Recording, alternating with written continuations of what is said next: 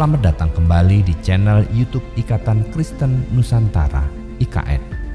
Episode kali ini terkait refleksi terhadap kenaikan dolar.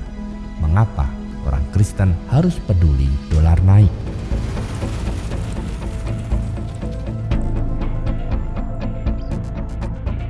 Saya ingin ajak Anda ke pasar Kramat Jati, Jakarta Timur. Pukul 5 pagi, suhu masih sejuk, tapi sudah ramai. Di pojok barat ada warung sembako milik Ibu Siti. Bukan nama sebenarnya, tapi ini adalah sebuah kisah nyata.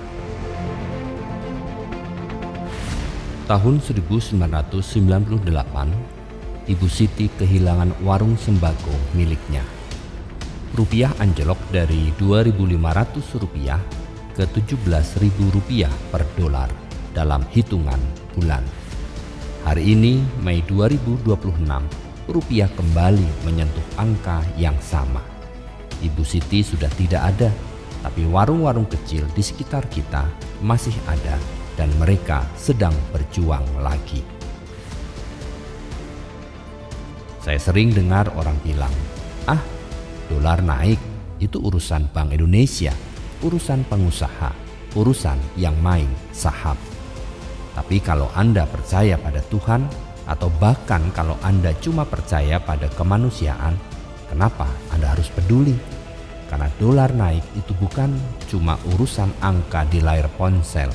Itu adalah Ibu Siti, itu adalah tetangga Anda, itu mungkin adalah Anda sendiri, meski Anda belum sadar.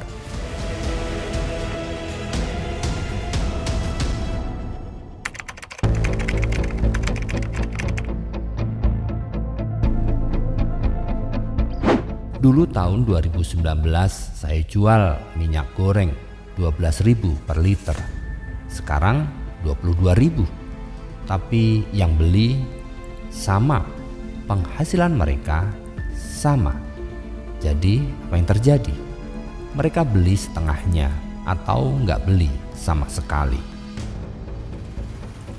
Ibu Siti bukan orang yang ngerti forex. Dia nggak tahu apa itu suku bunga The Fed, nggak ngerti capital flight, nggak paham kenapa dolar bisa naik ke 17.680-an. Tapi yang dia paham, margin untungnya menipis. Hutang ke supplier makin besar karena barang masuknya pakai dolar. Dan yang paling dia pahami, anaknya ada di semester akhir kuliah. Uang kuliah naik juga karena sebagian besar pendidikan di Indonesia, terutama yang swasta, terikat pada biaya operasional yang sensitif terhadap dolar. Ini yang sering kita lupa.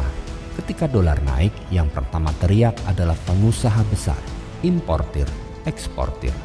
Tapi yang paling terdiam, emak-emak seperti Ibu Siti, pedagang kecil, buruh harian, petani yang beli pupuk impor, ibu rumah tangga yang beli susu bagi anak-anak mereka.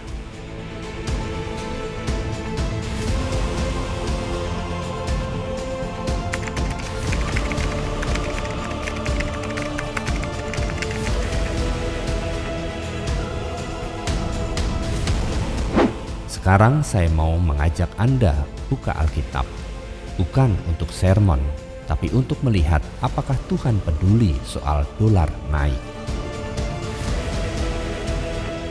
Amsal 14 ayat 31 menyatakan, siapa yang menindas orang miskin menghina penciptanya, tetapi siapa yang menaruh belas kasihan kepada orang miskin memuliakan dia. Bukan siapa yang berhasil di pasar saham, bukan siapa paham analisis teknikal, tapi siapa yang menaruh belas kasihan kepada orang miskin. Matius 25, kisah domba dan kambing. Yesus bilang, aku lapar dan kamu memberi aku makan. Aku telanjang dan kamu memberi aku pakaian. Aku di dalam penjara dan kamu mengunjungi aku. Murid-murid bingung. Tuhan, kapan kami melihat Engkau begini? Jawab Yesus, sesungguhnya apa yang kamu lakukan kepada salah satu dari saudaraku yang paling hina ini, kamu telah melakukannya kepada aku.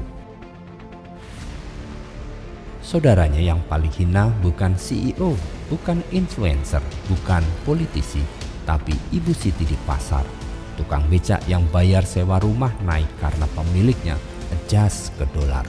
Buruh pabrik yang dipotong jam lembur karena perusahaan ngirit biaya.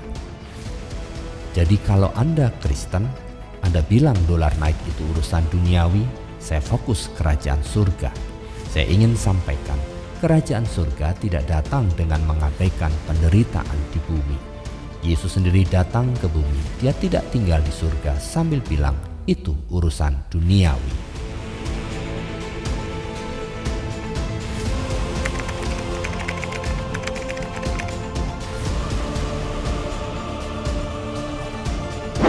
Namun podcast ini bukan cuma untuk Kristen.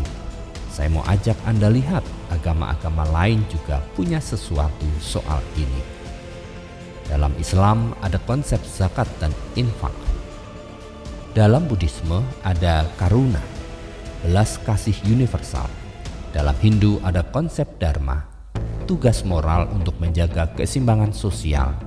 Dalam Konghucu ada ren, kebajikan manusiawi yang mewajibkan kita peduli pada sesama. Jadi ini bukan soal agama saya lebih benar. Ini soal setiap tradisi spiritual yang bermartabat mengajarkan kita untuk tidak menutup mata ketika sesama menderita.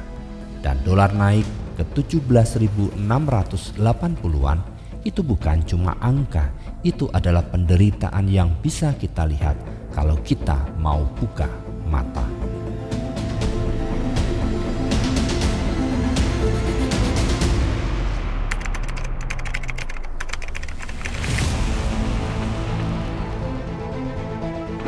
Oke, kita sudah tahu dolar naik itu nyata.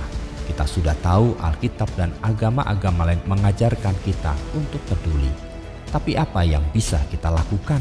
Saya bukan Menteri Keuangan, Anda juga bukan. Jadi apa? 1. Beli barang lokal. Beli kecil. Kalau Anda punya pilihan beli sembako di supermarket besar atau di warung Ibu Siti, pilih warung Siti. Marginnya tipis, tapi itu langsung masuk ke meja makan keluarganya, bukan ke laporan keuangan korporasi. Kedua, jangan panik buying. Ketika orang panik buying, minyak goreng atau beras, harga naik lebih cepat dari yang seharusnya. Stabilkan pasar dengan stabilkan diri sendiri. 3. Suarakan ketidakadilan. Kalau Anda lihat perusahaan memotong gaji buruh dengan dalih dolar naik, tapi CEO-nya tetap naik gaji, itu bukan ekonomi, itu eksploitasi. Sebagai orang Kristen, Anda punya moral standing untuk bilang, ini salah. 4. Sedekah dengan bijak. Bukan cuma uang, waktu, keahlian, jaringan. Bantu Ibu Siti buka rekening digital biar bisa terima pembayaran QRIS. Ajari tetangga atau saudara cara nabung emas sebagai hedge terhadap rupiah. Jadilah jembatan, bukan tembok. Dan kelima, doa serta aksi. Jangan cuma berdoa, Tuhan tolong ekonomi Indonesia. Doa itu penting, tapi doa tanpa aksi itu seperti lihat tetangga lapar dan bilang, Tuhan berkati mereka tanpa kasih makanan.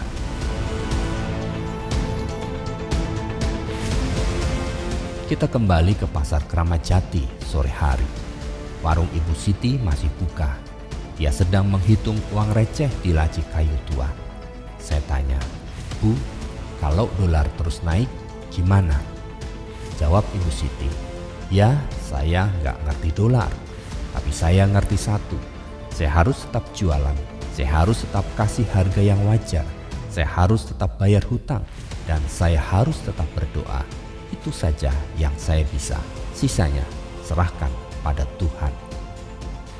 Ibu Siti tidak punya gelar ekonomi, dia tidak baca Bloomberg, tapi dia punya sesuatu yang sering kali kita lupa, integritas.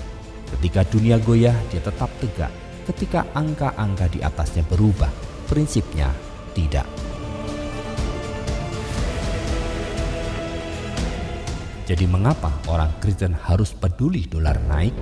Bukan karena kita harus jadi ahli ekonomi, bukan karena kita harus panik, tapi karena ketika sistem goyah, orang-orang seperti Ibu Siti yang paling terjatuh. Dan iman kita, apapun agamanya, mengajarkan kita untuk tidak berjalan melewati orang yang terbaring di jalan, bahkan kalau jalan itu bernama kenaikan dolar. Terima kasih sudah mendengarkan podcast Ikatan Kristen Nusantara.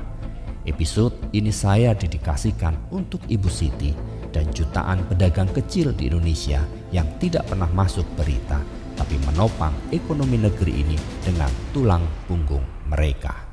Kalau episode ini menggugah Anda, share ke teman Anda, like dan subscribe. Sampai jumpa di episode berikutnya. Tetap peduli, tetap bertanya, dan tetap menaruh belas kasihan.